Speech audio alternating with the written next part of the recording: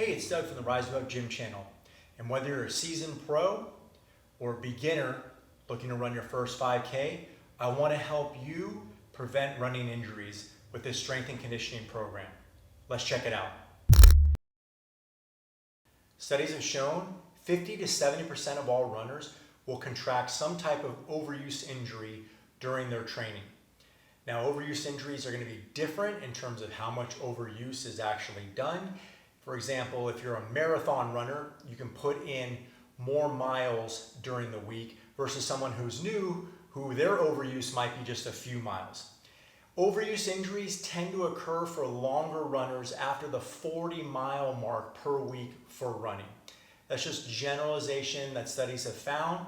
So I'm not saying don't do it, but just be aware that if you go beyond those 40 miles a week, you're going to be more inclined to get some type of overuse injury. Some can be minor, some can be serious. But we have a lot of lower body overuse injuries, including like stress fractures. We have shin splints, Achilles tendinopathies or Achilles tendon issues. There's muscle pulls. We have some ankle sprains. We can also have IT band syndrome, hamstring issues, plantar fasciitis, and even blisters can set you back. So before you start a running program, whether it's adding something new to it like strength and conditioning like I'm going to show you, or if you're just beginning running, I want you to think about three things. So what is the purpose for your running or to add something more to the program? So is your purpose for running, you want to run your first 5K or 10K, or do you want to get better at the current distance you're doing? So that'll give you some focus. And then you want to take an honest assessment of where you're at. So if you're a great runner, but maybe a little bit weak, then you may want to add some more strength and conditioning and figure out how to fit that in. If you're new to running, you got to take an honest assessment that you're not going to get good right away, and you got to kind of prioritize your technique first and then slowly build up the volume so you don't become an injury statistic. Lastly, you want to come up with some type of game plan. So game plan is going to come down to the amount of running you're doing that is appropriate for where you're at, but also the distance you want to achieve. Also, how you're going to incorporate other things like cross-training, mobility work, flexibility work, strength and conditioning like we're going to talk about, as well as your recovery and your nutrition. In this video, I wanted this video to be more of a complete guide, so it will be a little bit on the longer side. I will put timestamps in the description box of this video so you can save it and come back to it. So if you want to check out the mobility section, you can just click on the timestamp and it'll jump you right there. And also for the other sections of this video, that'll work all the same. So thanks for watching and let's get started. One of the keys to a successful strength and conditioning program, a running program, and even for injury prevention is mobility. Now, mobility is just simply moving the joints, a little bit of muscle as well, through a range of motion. Running is very, very tight on this kind of sagittal linear line. We don't deviate side to side too much. So when we're tucked in here, running this motion and not getting lateral, things tend to get tight, and then that can cause some problems with tight hips, tight shoulders, tight chest. And then if you accumulate that or extrapolate that out over all those running miles, that can lead to injuries. So we want to have a nice and simple mobility program. Mobility is very small in the demand on the body, so it can be done daily. I recommend doing it in the morning or before your run or even at night to recover. You can even do this on days that you have an off day. So let's say Monday's your off day. You should still consider doing some mobility to help aid in the recovery. So I'm going to run through some of my simple and favorite mobility drills. We're going to cover the back, the hips, the knee, and the ankles, all the components of running to help you loosen up and help prevent injuries. The first one we're going to do is a pelvic tilt. I like to do it on the floor because you get some good positive feedback. So I'm going to exaggerate here. I have this arch where I can slide my hand through the small of my low back. I want to, in the pelvic tilt, flatten, I'm going to move my arms out of the way, but you can have your hands here, flatten that arch so now I cannot move my hand through here. So I'm tucking my tailbone underneath me. Now arch again. So there's space, and flatten, pulling my belly button down so there's no space. A lot of times it's harder to flatten or pull your belly button down and tuck your tailbone underneath you. When that happens, and in running, we tend to have an arch or duck back, which is good for athletics, but it also puts a lot of strain on the low back.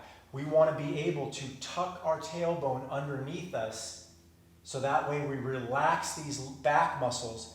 When they're arched this way or duck back, they're on tension a lot, and that can put a lot of strain on the low back. So I recommend doing a set, 10 or even more so till you feel pretty comfortable and loose, and then we can move on to the next one. The next one is going to be hip internal rotation. I'm going to bring my knee inward. A lot of times runners do not have good hip internal rotation, and if your hips are turned down a lot and they can't go inward or rotate a little bit in the socket, that causes a lot of stress on the outside of the hips, even on the low back. So what we want to do is we want to get a wide stance. I have my hands behind me, fingertips behind me as well.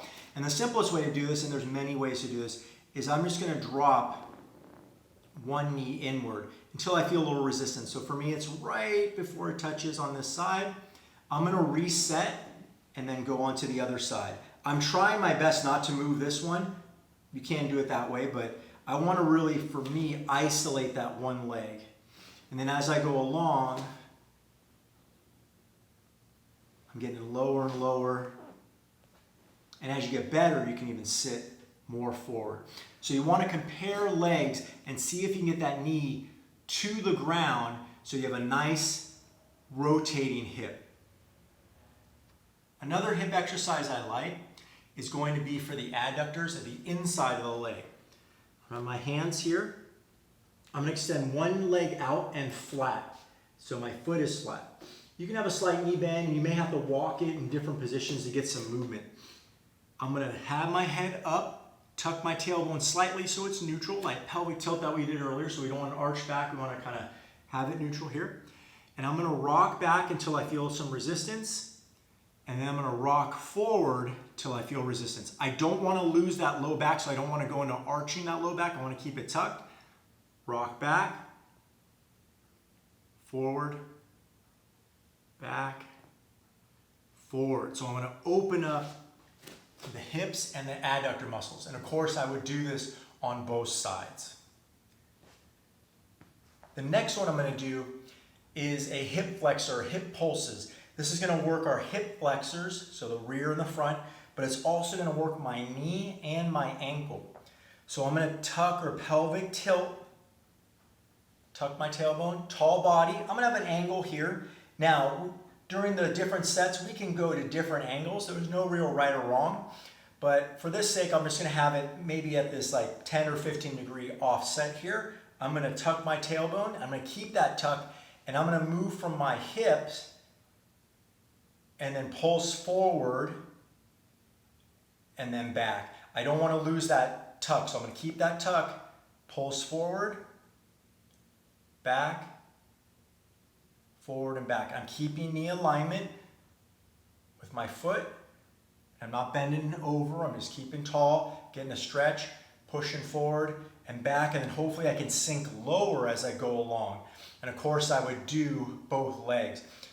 I can open up a little bit more. This is a little bit harder because I'm trying to keep alignment here and not collapsing inward. I may move a little bit less, but I'm opening up that hip. And then ideally, as I go along with mobility, the more reps I do, I can get to the point where I feel like I've gained some distance within the range of motion. These next two mobility drills are for the upper back. Now, you might not think the upper back plays a huge role in running, but it does. If you think about it, running involves rotation. So every time I swing one arm forward and the other arm back, my chest turns. This turn is good. It causes a little bit of rotation, obviously, but it also keeps everything relaxed. If we're too tight and staying here, our muscles are tense. It pulls everything up, tightens the back, constricts our breathing and just makes running more laborious. Down the road, if you keep doing this, you will probably get some type of overuse injury, and you also will not be the best runner you can be. So we want to try to loosen up the upper back as much as we can. Now, sprinters will probably have a little bit more rotation. Distance runners probably have a little bit less. But that is okay. We want to just keep it loose and allow for that rotation. One that I enjoy doing is the upper back extension. This one's pretty simple. We're going to sit down here, have my hands behind me, fingertips back. I'm going to slouch. Then I'm just going to simply lift my chest by pulling my shoulder blades down. Slouch again. Lift. Slouch. Now you can add a shoulder component to it. You can bridge your hips a little bit, so I'm getting some hip extension as well, getting some shoulder extension.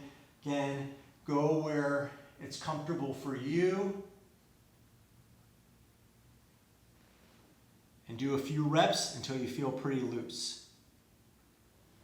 So now that we've got everything open up with that extension, we're going to do some rotation like we talked about earlier with the upper back. One of my favorites is I'm going to get on all fours. I'm going to tuck my tailbone so it's neutral. Again, so that pelvic tilt we talked about earlier. Hand gently behind the back of my head. I'm going to rotate elbow to elbow.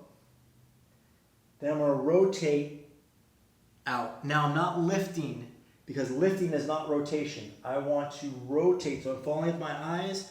Turn, turn, turn, turn. Feel a stretch in my upper back and ribs. Stop where I feel I'm knocking on the wall or door of resistance and back. Rotate and back. Lastly, what I'm doing, I'm not turning my hips either. I'm keeping my hips still so I get a pure rotation of that upper back. Should feel pretty good too. So again, try these mobility drills before you run, after you run, daily, and see if it helps you out, makes you feel good, and prevents those overuse injuries. All right, now it's time to get into the strength and conditioning portion of the workout. Now we're going to start with a mini band series. You can get these relatively cheap on Perform Better or Power Systems or even on Amazon, and I think they're a great tool to add to the strength and conditioning program to help prevent you from running injuries. Now, the first thing you want to consider, as we talked about before, is good quality of movement versus quantity. You don't need a lot of different weights or resistances. Just work on your form, and you can change variables within the weights that you have to make it more challenging, as in adding more repetitions, going slower, adding more sets, making sure the quality is good versus like, I just have to do more weight or resistance. The hardest part is getting this band on, so I spared you from that. So we'll start our exercises. One little pro tip is if you have hairy legs like myself, it's probably a good idea to have some longer pants or longer shorts so you don't dig into the hairs, which will kind of hurt. The first exercise we're going to do is a hip bridge with abduction. And abduction is simply moving the legs away from the center line of the body. So I have the band above both knees. I'm going to get on my back. I'm going to pelvic tilt like we did in our mobility, so there's flat low back, no space here. I'm going to move my hands out of the way so you can see me, but I normally have them down here. I'm going to flatten. I'm going to push. I could probably have my hands here actually, and push out at the top. I'm going to come in and then down. If I need to relax and reset, I'll do that here. Flatten, bridge by squeezing my glutes as much as I can, pushing out, in, and down. Couple of things. When I push out, I'm not rolling my foot. I'm keeping my feet flat, and when I push out, my hips aren't dropping. So I push out, keeping my hips flat, keeping my hips up, in, and then down. 1 to 3 sets of 10 to 15 would be really good. The next one we're going to do is a sideline abduction, straight leg. I'm going to keep the band above the knees. You can also have it on the ankles. I recommend if people have knee issues they have it above their knees. It just puts less stress on the lower leg and less torque on the knee. I'm going to pre-tighten my glute, stabilize, straighten up, and then I'm going to control down. Relax in between, tighten, up, control down. And like I said, we can do this really fast and make it, oh, I don't feel anything, but I'm really focusing on the quality of movement. I'm tightening here, I'm making sure I'm stable, squeeze, squeeze, squeeze, keeping that tightness, and I'm controlling down, resisting the band versus letting the band pull me down. So the quality of movement is the most important thing. Relax, squeeze, and up. And if you go slow, you should feel that glute on the side really working. Next, you can take it with a bent knee position, and we're going to do a clamshell exercise. This is a physical therapy exercise that's very common, but physical therapy exercises are also good for preventative injury exercises, so you should do them. I'm going to bend my knee, again, pre-tighten. I'm going to bring my top off the bottom and then control down, reset, relax, reset, and up. Now what I'm not doing is lifting my other ankle off that knee, keeping it connected, and I'm not rolling my hip back to fake the movement, or to help facilitate the movement, I should say. I'm keeping it down, squeezing, and then controlling down with the leg. So again, on both of those exercises that we just did, we do them on both sides. We'd notice the difference because one side you'll probably be a little more proficient at than the other, and we'll try to balance them out the best we can to help avoid injuries. If one side's a lot stronger or weaker than the other, you can imagine that weaker side will be more prone to injuries as your form breaks down as you run and you go those longer distances. So if your strength is balanced, you'll be able theoretically to go longer distances because you'll have the muscle endurance and the support and stability to push you forward. I move the band down to both toe boxes. I'm going to do some hip extensions now. So I'm going to bring my feet up into this 90-degree position or chair sitting position on our back. Flatten the low back again with that pelvic tilt. I'm going to extend one leg like a leg press with a push while the other one stays stable. So I'm going to push out, control in, reset. If I have to reset my low back, I will.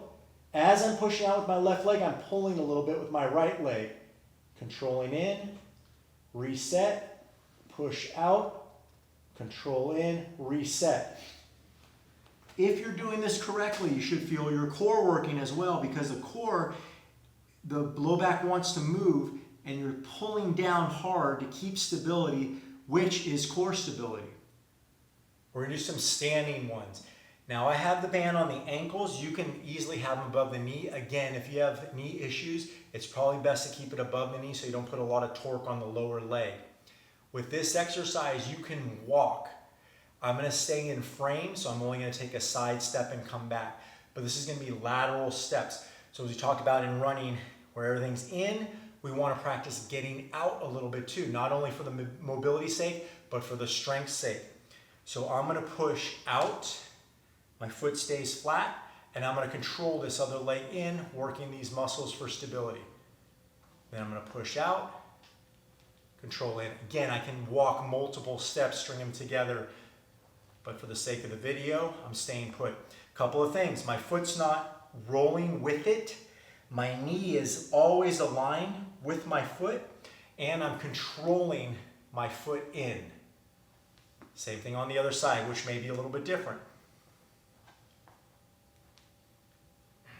Another one I like of these minivan walks is the 45-degree or speed skater walk, however you want to define it.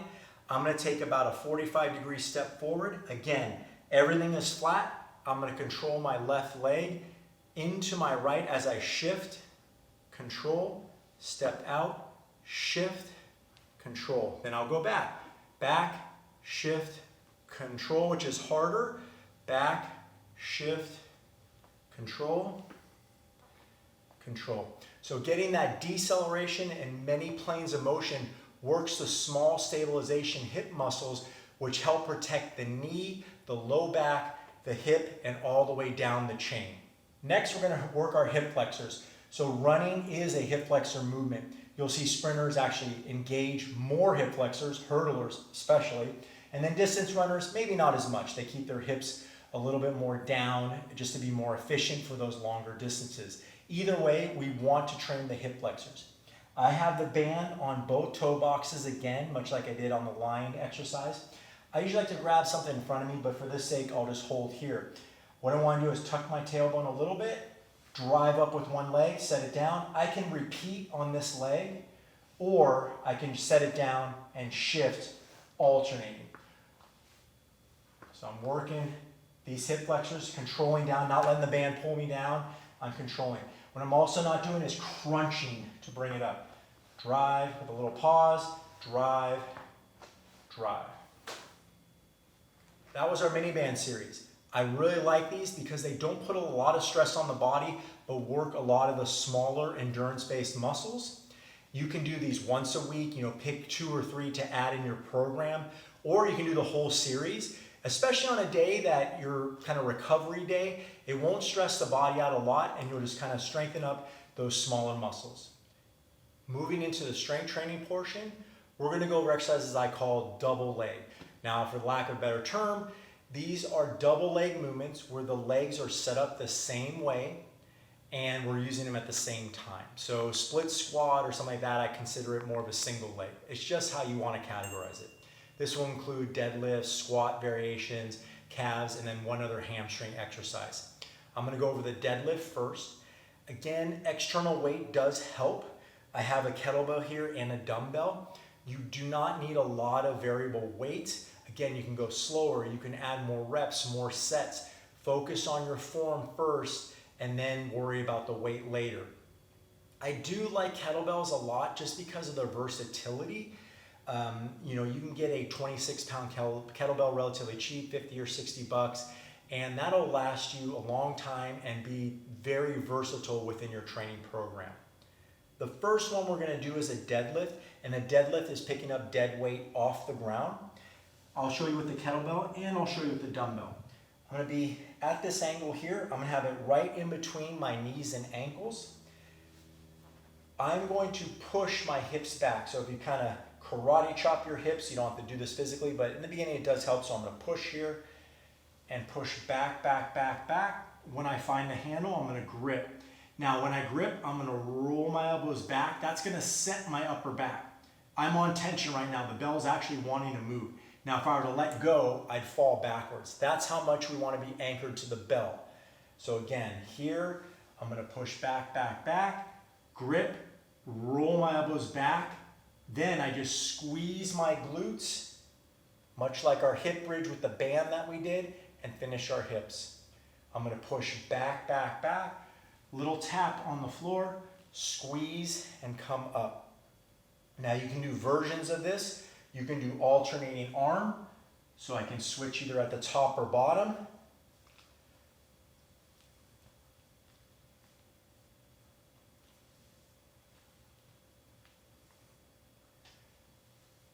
And you can do the dumbbell version. This is perfect for when you go to hotels and you have to train. I'm going to scoop like this, lock down, squeeze and come up, push back. Little tap, squeeze, and come up. There's another type of deadlift I like called the Romanian deadlift, or RDL. It is more of a pure hip hinge. So as the conventional one, we push back and down. This one, we're just going to keep pushing back where our hips stay up. It's going to target the hamstrings a little bit more. The tricky part is we got to make sure we keep our upper back straight and not rounded. So I'm going to conventionally deadlift the weight up. I'm going to have my feet a little bit closer together than my conventional deadlift. I'm going to roll my elbows back, chest up, and then what I'm thinking about is pushing my hips back behind me as far as I can. So I just keep pushing back. My arms don't do anything. They just hook the weight. So for right now, this is where I feel my hamstrings. If I were to go lower, I might start rounding my upper back, which is not what I want. I want to keep my chest up and looking flat, squeeze and come up. So again, in real time, I'm going to push back, back, back, back, back. For me, I feel a stretch, squeeze, and come up. Then I'll set it down. You can easily replicate this with the dumbbell. Again, you'll get your hook.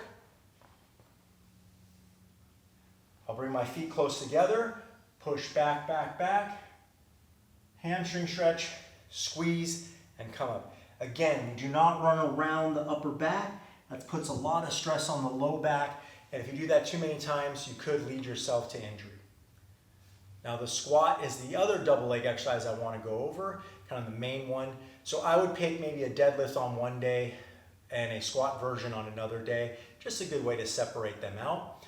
Now a squat is going to be a little bit more of a drop up and down versus a hinge or pushing back, much like the deadlift. So for the squat, I'm going to cradle a weight here, have it close to my body, under my chin. I'm going to get my stance, which is a little wider than my shoulders, pull my elbows in, and I'm just going to push back a little bit and then down. As I push down, I push my knees out so I maintain my knees over my toes. I don't want them to collapse too much in. Squeeze and come up. So again, real time, pushing back, keeping tight, squeeze and come up. Your back will be straight but not vertical. So as I come down, you can see I have a little forward lean, but I'm not vertical, but I'm not rounded at the same time. Squeeze and come up. Kettlebell's a great tool for this. They call it the goblet squat. So I'll deadlift it up. I'm going to hold it low on the handle, just under the chin, tucking everything in.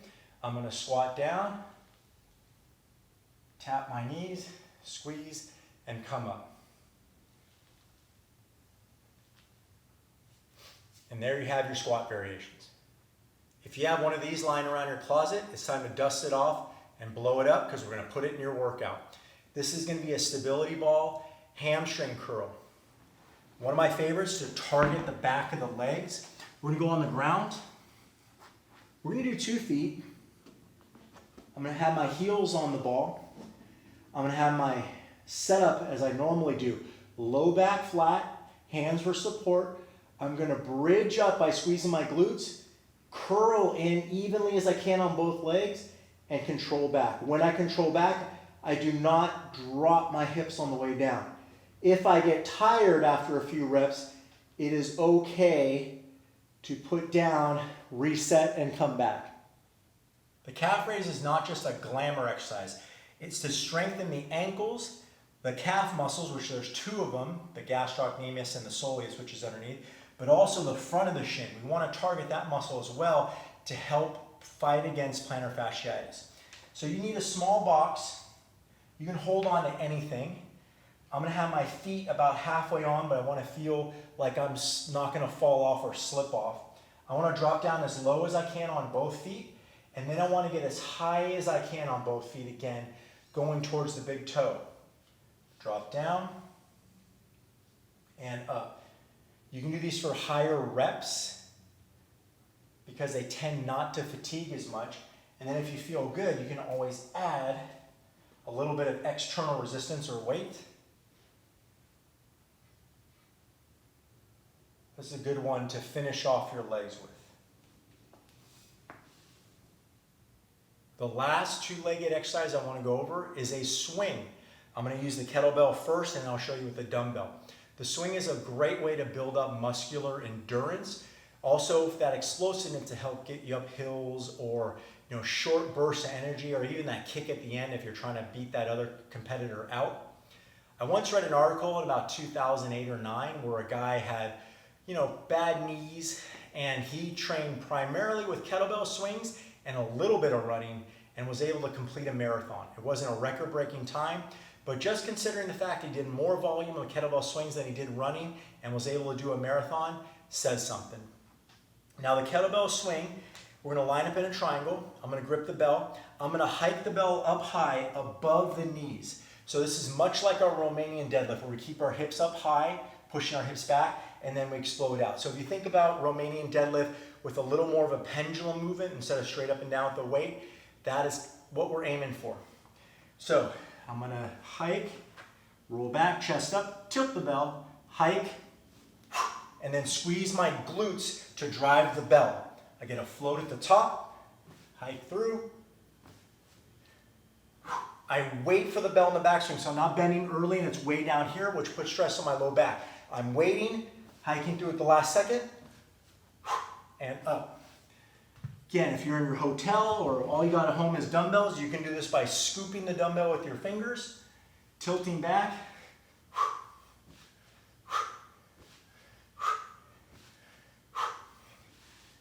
These are great for longer intervals like 15 or 20 reps, or even intervals with time where you're doing 30 seconds of work, 15 seconds of rest. You can build up your cardio that way, much like the guy did with his marathon training, or just to build up that endurance for your runs and injury prevention. Now we're gonna go over single leg exercises. Now the reason why we balance out the single leg, you might have great balance on one and not on the other, or great strength on one and not on the other. You might be balanced on both, but you might be good in some positions and not in other. So we want to try to find balance the best we can in both. Let's say my right leg is not as strong or not as endurance based as my left leg.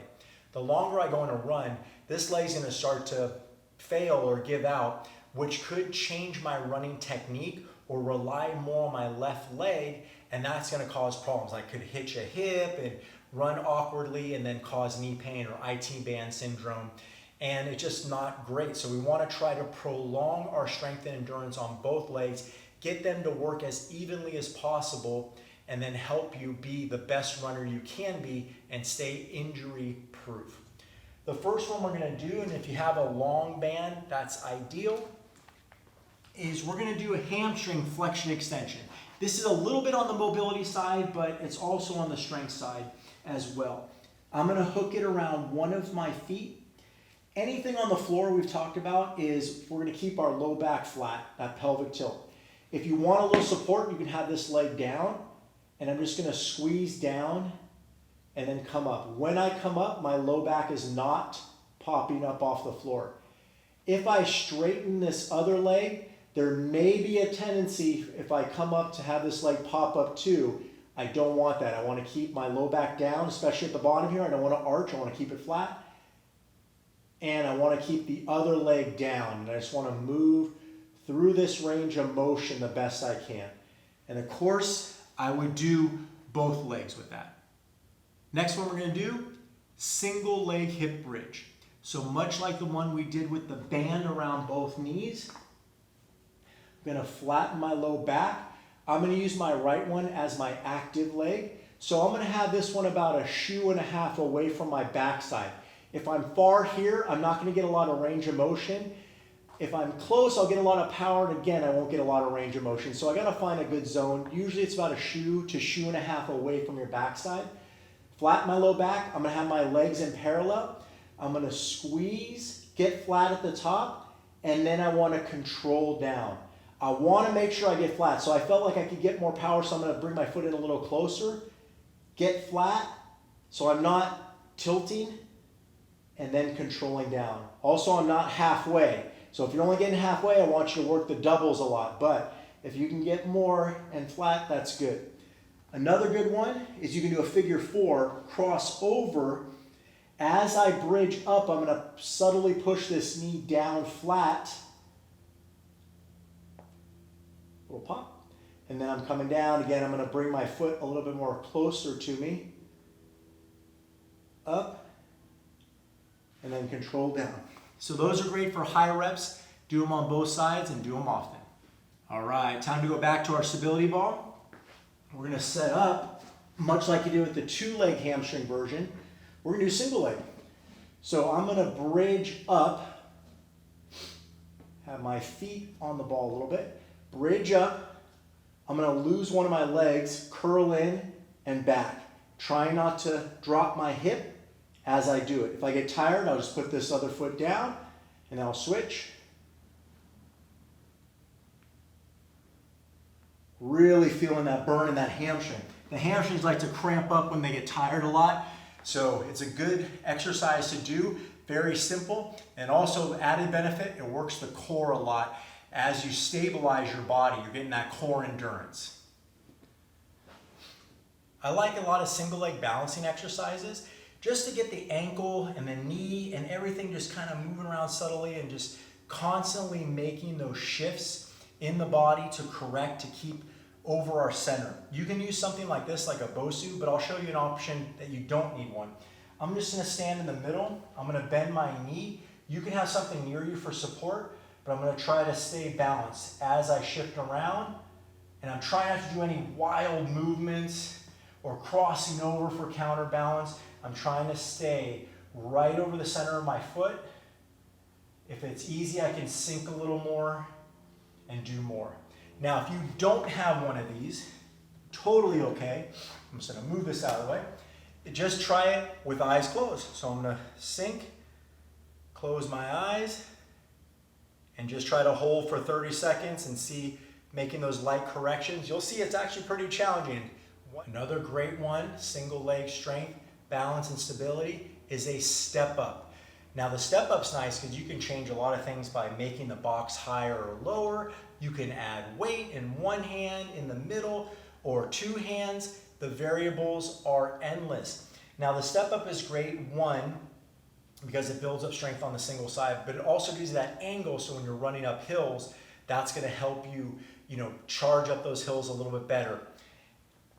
The box I like to have at the maximum height is parallel to the front leg. So we don't want it too high. Low is okay to start off with. I want my full foot on here, chest up. I want to try to use this leg more than this leg, so I'm not bouncing off the rear leg. And I'm pushing straight through the box, nice and tall, and then I'll put my foot down. As I control down, I'm keeping alignment of my knee, tall body, stepping up, controlling down. So the knee alignment stays the same. Everything stays on its own side. I don't kick out to get up. And I'm also not rolling the foot out. I want to keep my big toe down. So again, tall body, real time, controlling down, working that eccentric. And of course, we do it on both legs. All right, next we have our split squats. Split squat is a vertical movement, so it's not quite a lunge, which I'll go over next. It's going to be one leg back, one leg forward, and we're trying to use both legs at the same time evenly. The reason why I don't categorize this as a double leg is because the legs are in different positions. You want to get an elevated box for the first one.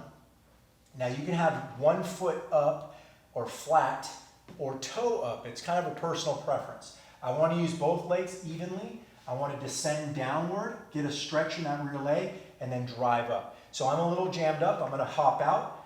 I'm going to push back. So I have a slight angle forward. I have a nice stretch here. I feel like I'm dropped straight down, and I want to drive up. And of course, I would use both legs on this exercise. You can go toe up. Some people like this more for stability, but it also will bend your toes a little bit. Some people don't like that. Try it out, see what you like. I prefer the flat a little bit, but that's okay, your choice. Now, front foot version, instead of the rear hip flexor stretch, this allows you to get your glute or your backside lower than your knee to really train your hamstrings. So I'm gonna be, again, in the split squat position. This one I have to go toe up. I wanna drop down, and as you can see, my front hip is gonna drop lower than my knee to really accentuate that hamstring. So we train it in a big range of motion to help it build strength throughout that range of motion, so it builds up endurance. So when you're at different angles, when you're running uphill, downhill, you trained it in multiple ways so it won't pull or snag, and you have strength throughout that range of motion. So you can do one type on one day, one type on another day. Now, unlike the split squat, the lunges I consider more movement-based, so they're not a split squat, they're a lunge. Reverse lunge is a step back lunge. I'm gonna step back on one leg. I'm gonna load the rear leg and drive forward. So I'm stretching out this hip flexor and getting those drives forward. So when you're running and you're coming from that rear leg to go forward, this trains that. And you can hold a weight if you want to. You can hold 2 dumbbells. You can do more repetitions if you only have body weight. But that is the rear or step back lunge. The opposite of that is going to be the forward lunge. Now the forward lunge trains primarily the front leg to decelerate. Again, it's great for going down hills. I'm going to step forward, decelerate with that hamstring, and then one motion back. Drop down, one motion back. I put my knee on the floor, probably shouldn't, so I'm gonna light touch and then come back. Again, I can hold dumbbells, I can hold kettlebells, I can add reps, I can take away reps, make it a little bit more challenging. I guarantee you're gonna have one side that's a lot more coordinated than the other, and you'll have one direction that's a lot more coordinated than the other. I personally like to go step back. It's just more natural for me in my sports, but I train the forward lunge a lot because I'm bad at them, and the better I get at them, the less bad I'll be at them, and the better the athlete I'll be, and the less prone to injury I will be. Now, unlike the split squat, the lunges I consider more movement-based, so they're not a split squat, they're a lunge. Reverse lunge is a step back lunge. I'm gonna step back on one leg. I'm gonna load the rear leg and drive forward. So I'm stretching out this hip flexor and getting those drives forward. So when you're running and you're coming from that rear leg to go forward, this trains that. And you can hold a weight if you want to. You can hold 2 dumbbells. You can do more repetitions if you only have body weight. But that is the rear or step back lunge. The opposite of that is going to be the forward lunge. Now the forward lunge trains primarily the front leg to decelerate. Again, it's great for going down hills. I'm going to step forward, decelerate with that hamstring, and then one motion back. Drop down, one motion back. I put my knee on the floor, probably shouldn't, so I'm going to light touch and then come back. Again, I can hold dumbbells, I can hold kettlebells, I can add reps, I can take away reps, make it a little bit more challenging. I guarantee you're gonna have one side that's a lot more coordinated than the other, and you'll have one direction that's a lot more coordinated than the other. I personally like to go step back. It's just more natural for me in my sports, but I train the forward lunge a lot because I'm bad at them, and the better I get at them, the less bad I'll be at them, and the better the athlete I'll be, and the less prone to injury I will be. The last lunge we're gonna do is the lateral lunge or the side step. So I'm gonna take a step, shift my weight. I like to keep this foot flat, and then I'm gonna come back to the middle, and then shift, step, and then come back to the middle, shift, and step. The reason why this is good is because we're taking us out of that running, narrow, sagittal position and widening out, stretching our hips out in a way that makes them looser. Again, if we pull everything in all the time, we're gonna be tight. We wanna be able to be loose in our hips, and this exercise helps us with that, and it helps strengthen our adductors, ankles, and the outside of our knee. It also stretches out this outside of the hip, which, if tight, can lead to IT band issues. Again, you can hold weight and do that. You can hold it down below as well. So those are the lunges. Add one of those in at least once a week. You can do a set of 1 each as well. Again, it's your own personal workout. The details aren't the most important thing. It's just good quality of movement and moving in different directions. This is my favorite single leg exercise. And the reason is, it is simple but not easy. Also, if you have knee issues like patella tendonitis or even a meniscus, or even you're coming off an ACL surgery, this is a great exercise to do because it doesn't put a lot of pressure on the knees. It helps build up your balance and strength and coordination, and it does fix both sides. You'll find one side a lot harder than the other. It's the single leg Romanian deadlift. We did the 2-leg version, now we're gonna do the 1-legged version. The simplest way to start is to have one in front of us, something to reach for, a bell or a box or something. I'm gonna stand on one leg, slight knee bend. I'm gonna have one arm out, and this arm's gonna reach. The other leg is gonna reach straight back. I'm gonna keep everything on its own side. So I'm not kicking out this way. I'm just reaching straight back, slight knee bend, and then when I come up, I stand up like a step up like we did earlier. I'll switch legs so you can see me. I'm gonna stand on this leg. I'll have this arm out for balance, and I'm gonna reach, little pause with tension, and then drive up. I'm making sure that my foot does not roll out. I'm keeping my big toe down the best I can. When you get good at it, you can add weight. You can start with 2 hands on one bell, You can do a dumbbell or a kettlebell. Driving up, you can alternate. I like to do sets of the same side so I make sure I really get that patterning down, but you can alternate. And then kind of the gold standard way is one. So the side I'm holding on, that leg's gonna go back, balance, and then drive up. I'm going about mid shin because that's where I feel that stretch. My goal isn't necessarily to get to the floor. Again, sink on my knee, reaching back, back, back. I feel the stretch, and then drive upward. This is my favorite one. It's guaranteed to balance out both sides and make it pretty safe on the low back, knees, and hips. Core training. There's a bunch of ways to do core. Sit-up variations, plank variations. For runners, I'm gonna focus primarily on endurance and stability, because if you do not have a stable core, your hips will move around a lot, you'll get low back pain, it'll cause your knees to move in, and just your form will break down a lot quicker. So I'll go over the 4 planks that we normally do, and these will be done for mostly time. You can start your 30 seconds or work your way up to a minute.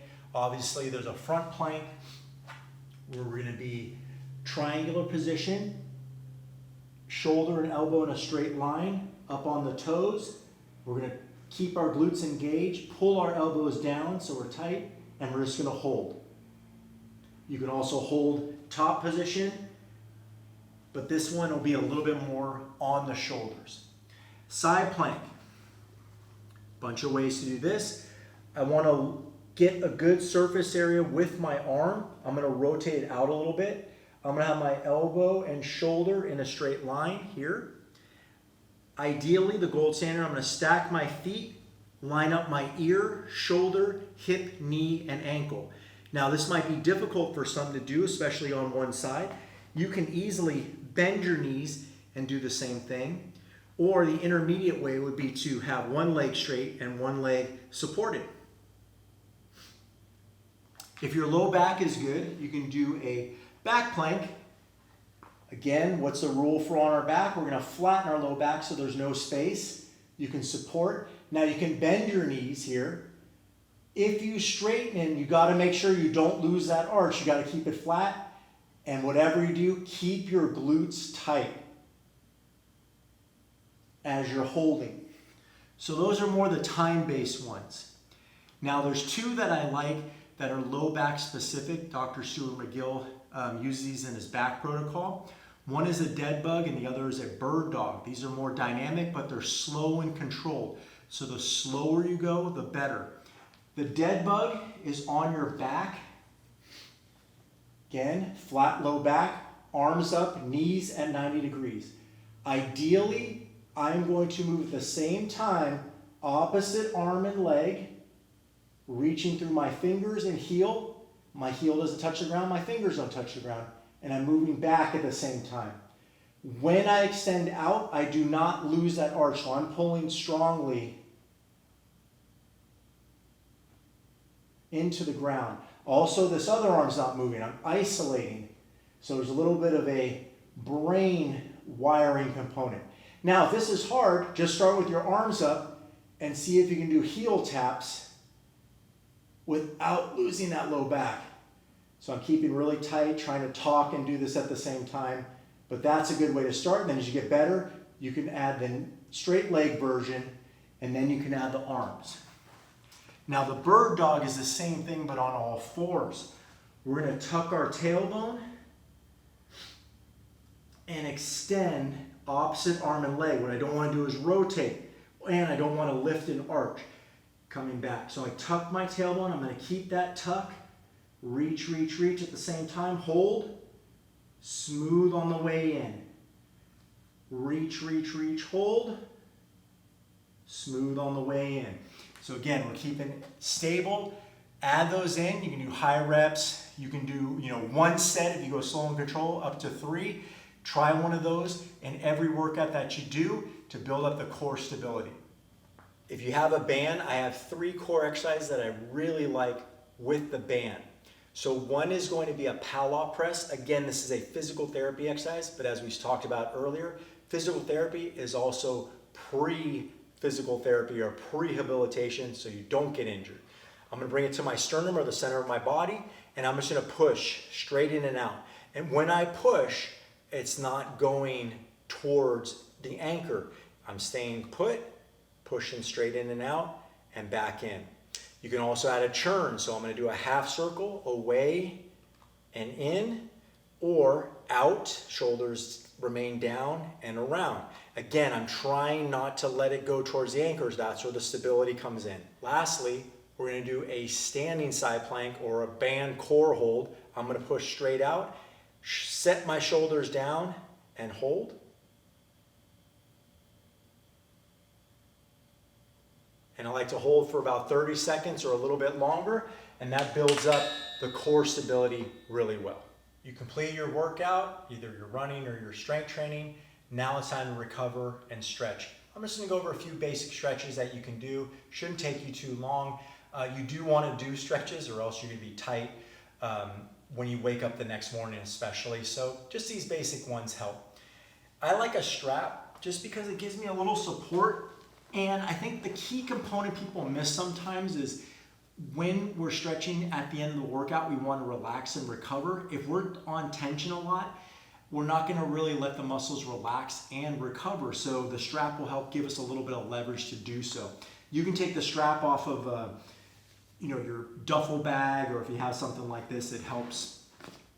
I'm going to show it on one side, and then obviously you'll do it on both. The timing doesn't matter too much. It's just going to be a matter of feeling loose. So the first one is hip flexor. I'm going to try to isolate a lot of the leg muscles. So this leg's going to be straight. I'm going to pull until I feel resistance. I'm going to breathe in and then relax. Breathe in and relax. So my head is intense. I'm not gripping hard. I'm trying to let my muscles melt. Even this leg, my opposite leg, trying to relax it as much as I can, and see if I can get a little further and see if I can get the muscles to calm down.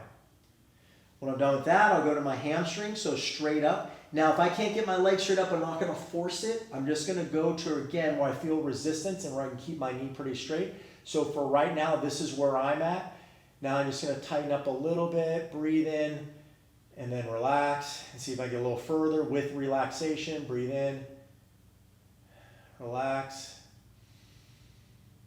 Breathe in and relax. You'll see if you actually breathe, it's huge in helping flexibility and calming things down. I'll bring this leg across. Now I want to keep my right leg toe up. If I roll with my right leg, I'm not really getting much of a stretch. So I'm just bringing this across. Again, I'm going to breathe, relax, breathe, relax. Again, I'm going a little fast, but you kind of get the idea. Then I would go out. Watch your groin on this one. Again, this right leg is toe up straight. I'm going to breathe in, relax, and I'm kind of gently pulling subtly my hip the opposite way and kind of opening my hips. Breathe in, relax, and hold. I'm going to cross over. Ideally, I'm going to reach through here and grab. If you can't do that, you can pull here. If you're really good, you can pull on the shin, breathe in, and then relax. And of course, you do that on the other side. There's a couple of ways to stretch the quads or the front of the legs. If you're having trouble, a side lying quad stretch is really simple to learn. I'm going to grab here, I'm going to rest on my arm, and I'm going to pull my heel towards my backside, and then I'll just gently extend as I go along. So, and I breathe in when I feel resistance, and then relax and pull my heel in. You can also do it after with this combination of a hip flexor. So the hip flexor I'm going to tuck under and sink. So I'm opening this up, breathing in, and then relaxing. I also like to stretch towards the front leg and reach.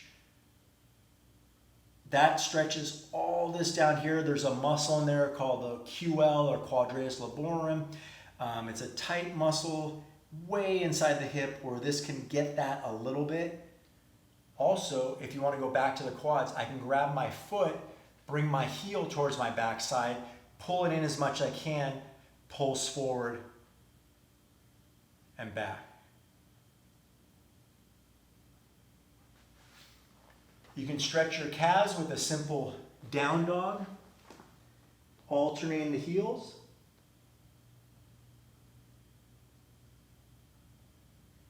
Pushing up, both heels down. You can put your knees down, and I like this one, the kind of child's pose, but I like to reach a little bit to the side, stretch up my lat, which is in here. Going to the other side, of course, breathing in and relaxing. And then lastly, I'll just take my band again, and I'll stretch out my shoulders, side to side, any direction.